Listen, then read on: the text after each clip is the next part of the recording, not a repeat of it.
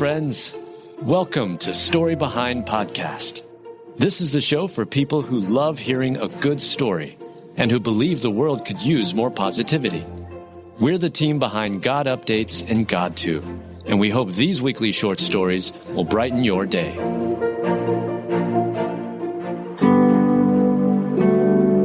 In the wake of unthinkable loss, these parents share their son's last message. Written by Julie Provost, read by Julie Provost. Tragedy hit a California family when their 4-year-old son, Ayden Fang, was hit by a car and died. The vehicle jumped the sidewalk outside of a restaurant where he was playing. Now his parents are working on sharing the last message their son left behind. On August 8, 2025, in Burlingame, California, a 19-year-old was startled by an e-bike that struck her car. This resulted in her hitting Ayden as well as a 6-year-old girl he was playing with. She survived. The driver smashed into the Poke restaurant where Ayden and his family were eating. In an interview with ABC 7 News, Ting Lu, Ayden's mom, shares about her son. He was a very giving child. He was generous with love, either with friends or strangers. I miss him and his hugs. His favorite thing to do was hugs and kisses. He'd run over and say, "Daddy, can I get a hug and kiss?" He would say, "Daddy, I love you," and I would just hear the trail of laughter, and we are never going to have that again. Ayden's father, Ming Fang, shares. Their world stopped that horrific day.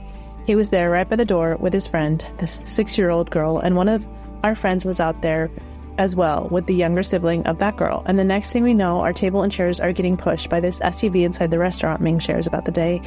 Ming's next thought was, "Where's Ayden?" It was a little more than a week after the tragedy that his parents found a message on a Lego tower he had made. It was sitting there for over a week, and we never paid too much attention to it until an hour before his viewing. I suddenly noticed the tower looked like a monument, and with a closer look, I saw the message that said, "Protect our city." Those blocks are not Legos. They are part of a promotional toy from the San Francisco Seawall project. There are other blocks with writing in them, but the ones he chose was to protect our city, Ting shares. Ayden has left a clear message to protect our city. His parents are now turning that message into his legacy. They will create a permanent memorial at the crash site and explore other ideas that can complement the road safety initiatives. Ting is also creating a little free library that will be painted in the same colors as Ayden's Lego tower. The Burlingame Library will be donating books to help start the library. He loved reading and learning, so I think this is a perfect symbol for who Ayden is, Ting says. After they lost Ayden, a family member set up a GoFundMe, which has now raised over $100,000. Ming and Ting plan to use it for expenses associated with grief counseling, pedestrian safety initiatives in the city, and a memorial scholarship at Ayden's school in his name. Losing a child is one of the most difficult things a parent has to go through. Prayers to Ming, Ting, and Ayden's little brother Blake as they grieve the loss of their little boy. Peace I leave with you, my peace I give to you. Not as the world gives, do I give to you. Let not your hearts be troubled, neither let them be afraid. John 14:27.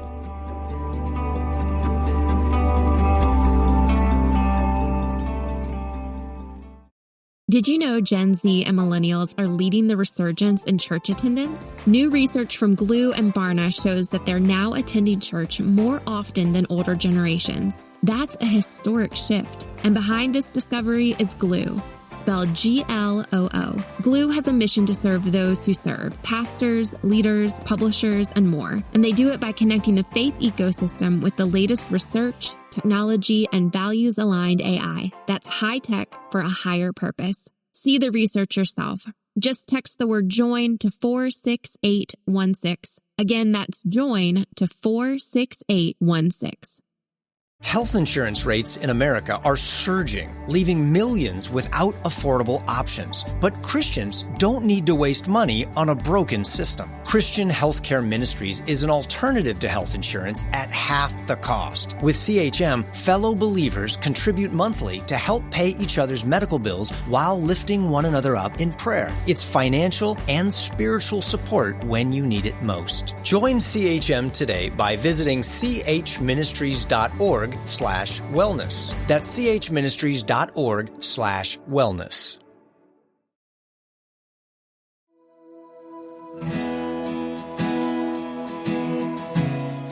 Mother jumps out of window to escape house fire while 7 months pregnant with twins. Written by Michaela Gordoni, read by Julie Provost. One expectant Tennessee mom did the unthinkable when she was caught in a deadly house fire. When faced with no other choice, the mother jumped out of a window 2 stories above the ground. Katie Barker was 7 months pregnant with twin boys. She awoke to a house fire on September 15th. As flames blocked her exit, she was faced with a choice no mother ever wanted to make. It was either risk breaking bones or plan a funeral, said Katie. I have an older daughter, a 6-year-old, and then 2 little boys that are in my belly that are counting on me, and I couldn't leave my husband, so I didn't. I just kind of leaned out the window on my side, and I landed on my knee and my hip and my back, she said.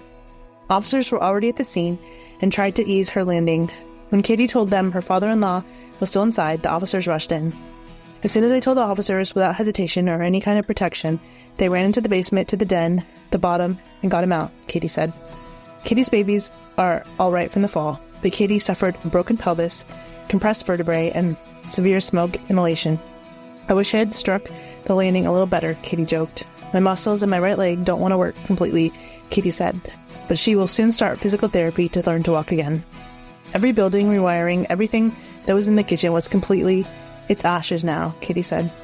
Everyone in the home survived, except for the family's 3 pet cats. It's unclear what started the fire, but the family believes it was likely in an electrical vault. Thank God that Katie had the bravery she needed to jump out of the window and that her little babies will be just fine.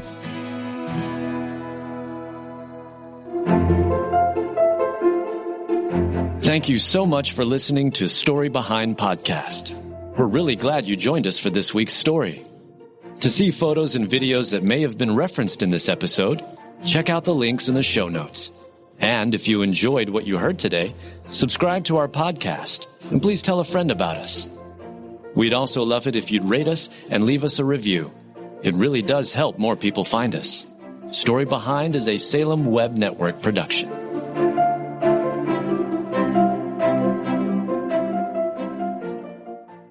At Thrivent, planning your finances is bigger than money. It's a way to support the people, causes, and community you love. Because helping you put your faith into action is at the heart of what we do.